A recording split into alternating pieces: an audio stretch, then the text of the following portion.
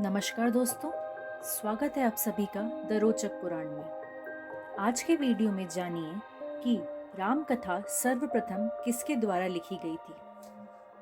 प्रभु श्री राम के जीवन पर अनेकों रामायण लिखी गई हैं, जिनमें प्रमुख है वाल्मीकि रामायण, श्री रामचरितमानस, कबंद रामायण, अद्भुत रामायण और आनंद रामायण।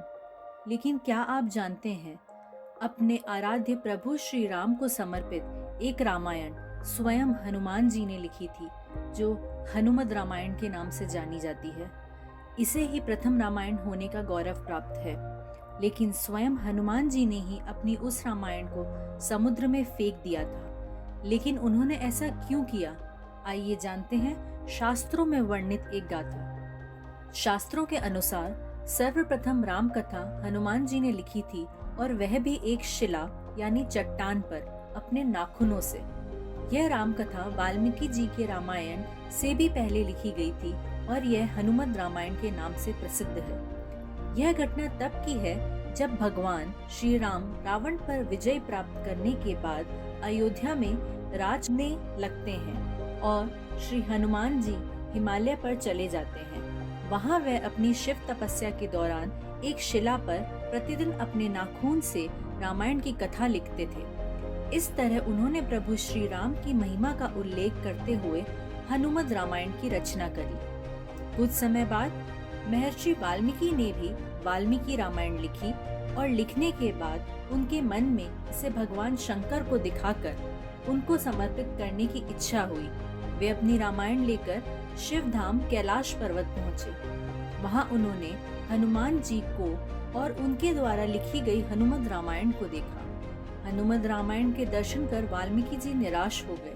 वाल्मीकि जी को निराश देखकर हनुमान जी ने उनसे उनकी निराशा का कारण पूछा, तो महर्षि बोले कि उन्होंने बड़े ही कठिन परिश्रम के बाद रामायण लिखी थी, लेकिन आपकी रामायण देखकर लगता है अब मेरी रामायण उपेक्षित हो जाएगी, क्योंकि आपने जो लिखा है उसके समक्ष मेरी रामायण तो कुछ भी नहीं। तब वाल्मीकि जी की चिंता का शमन करते हुए हनुमान जी ने हनुमत रामायण पर्वत शिला को एक कंधे पर उठाया और दूसरे कंधे पर महर्षि वाल्मीकि जी को बिठाकर समुद्र के पास गए और स्वयं द्वारा की गई रचना को श्री राम को समर्पित करते हुए समुद्र में समा दिया।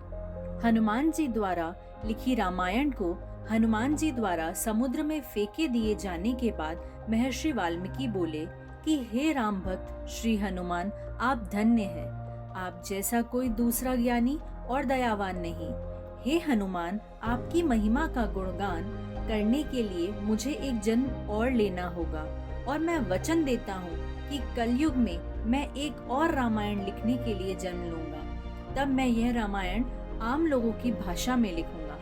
माना जाता है रामचरितमानस के रचयिता गोस्वामी तुलसीदास कोई और नहीं बल्कि महर्षि वाल्मीकि का ही दूसरा जन्म था। तुलसीदास जी ने अपनी रामचरितमानस लिखने के पूर्व हनुमान चालीसा लिखकर हनुमान जी का गुणगान करते हैं, और हनुमान जी की प्रेरणा से ही वे फिर रामचरितमानस लिखते हैं। माना जाता है महाकवि कालिदास के समय में एक पटलिका को समुद्र के किनारे पाया गया, जिसे कि एक सार्वजनिक स्थल पर टांग दिया गया था, ताकि विद्यार्थी उसे गुड़ लिपि को पढ़कर उसका अर्थ निकाल सके।